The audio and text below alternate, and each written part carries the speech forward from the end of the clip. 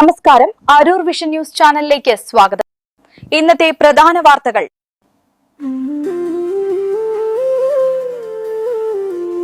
അരൂരിൽ സംഗീത തലമുറകളുടെ സംഗമം. ദലീമ എംഎൽഎയുടെ അനുഗ്രഹം തേടി റാപ്പർ ഫെജോ എത്തി. അരൂർ പുതുവത്സര പിറവിക്ക് സാക്ഷ്യം വഹിക്കാൻ ഒരുങ്ങവേ അരൂരിൽ രണ്ട് തലമുറയിലെ ഗായകരുടെ ഹൃദ്യമായ ഒത്തുചേരൽ. പ്രശസ്ത പിന്നണി ഗായികയും അരൂർ എംഎൽഎയുമായ ദലീമ ജോജോയെ സന്ദർശിക്കാനാണ് മലയാളത്തിലെ ശ്രദ്ധേയനായ റാപ്പ് സംഗീതജ്ഞനും പിന്നണി ഗായകനുമായ ഫെബിൻ ജോസഫ് എത്തിയത്.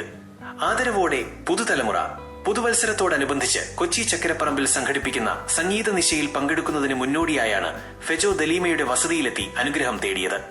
ദലീമ ജോജോ ആലപിച്ച് ഹിറ്റായ കിഴക്കു സൂര്യനുദിച്ചല്ലോ എന്ന ഗാനം ഫെജോയുടെ റീമേക്കിലൂടെ പുതിയ കാലഘട്ടത്തിലും ട്രെൻഡിംഗ് ആയി മാറിയിരുന്നു. തന്റെ കരിയറിലെ വഴിത്തിരിവായ ഗാനം പാടിയ പ്രിയ ഗായികയോടൊപ്പം ഏറെ നേരം വിശേഷങ്ങൾ പങ്കുവച്ച താരം പുതുവത്സര കേക്ക് മുറിച്ച ശേഷമാണ് മടങ്ങിയത്. കൂടെ യുവപ്രതിഭകളും ഫെജോയോടൊപ്പം അദ്ദേഹത്തിന്റെ സംഗീത സംഘത്തിലെ ആദർശ്, അഖിൽ, അഭിജിത്ത് എന്നിവരുമുണ്ടായിരുന്നു.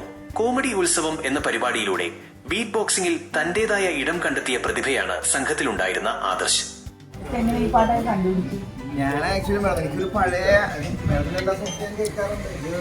എന്ന് പറയുമ്പോ ഓർമ്മ വിഷ്വല് നമ്മുടെ ദൂരദർശനില് മേഡം ഒരു നെക്ലസ് ഒക്കെ ഇട്ട് ആ വിഷ്വലാണ് ചെറുപ്പത്തിൽ.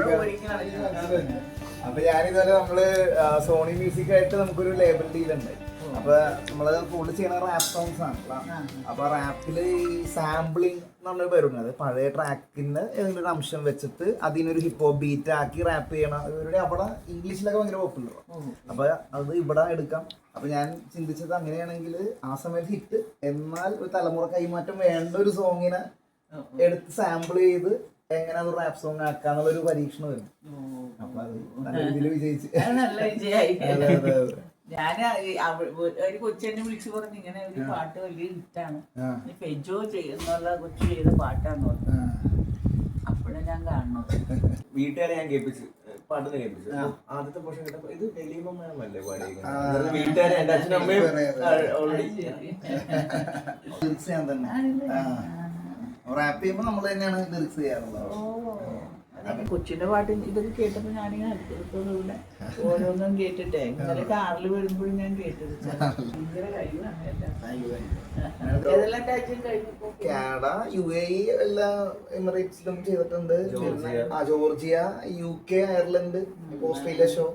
പഴയ പാട്ട് പഴയ ആൾക്കാരാണല്ലോ കൂടുതൽ കേൾക്കുന്നത്. ഇപ്പൊ പള്ളിയിലാണെങ്കിൽ ചർച്ചിൽ ഇത് ഡിവോഷനാണ്. ഇപ്പോഴത്തെ ഒരു ജനറേഷൻ അതിന് എടുക്കുന്നു, അല്ലെങ്കിൽ അതിനെ ഒരുപാട് ഇഷ്ടപ്പെടുന്നു എന്നൊരു തലത്തിലേക്ക് വെച്ച് എത്തിച്ചു.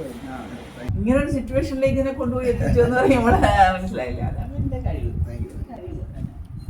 നമ്മൾ ഒരുപാട് അംഗീകരിക്കുന്നു. ഞാനും ആ ഒരു തലമുറ കൈമാറ്റം എത്തട്ടെ എന്നുള്ളതാണ് ഞാൻ ചിന്തിച്ചു പോണത്. അതായത് ഇങ്ങനത്തെ പാട്ടുകളുണ്ട്, ഇങ്ങനത്തെ സിംഗേഴ്സ് ഉണ്ടെന്ന് പുതിയ ആൾക്കാരുടെ. സിനിമയില് ഇപ്പൊ മമ്മൂക്ക ഒരു ജസ്റ്റ് ഉള്ള അഭിനയിക്കുന്ന പാട്ടുണ്ട് ചത്താ പച്ച എന്നുള്ള. അതില് ഒരു സോങ് ചെയ്തിട്ടുണ്ട്. ശങ്കർ മഹാദേവനൊക്കെയാണ് എന്റെ മ്യൂസിക്. അവരാദ്യമായിട്ട് മലയാളത്തിൽ ചെയ്യണം. പിന്നെ ഇനി ഇറങ്ങാനുള്ള പടം നിവിൻ പോളി, നയൻതാരയുടെ ഡിയർ സ്റ്റുഡൻസ് എന്നുള്ള മൂവിയിൽ നേരത്തെ ചെയ്തിട്ടുണ്ട്. ഒരു 30 പടങ്ങളോളം ആയോ.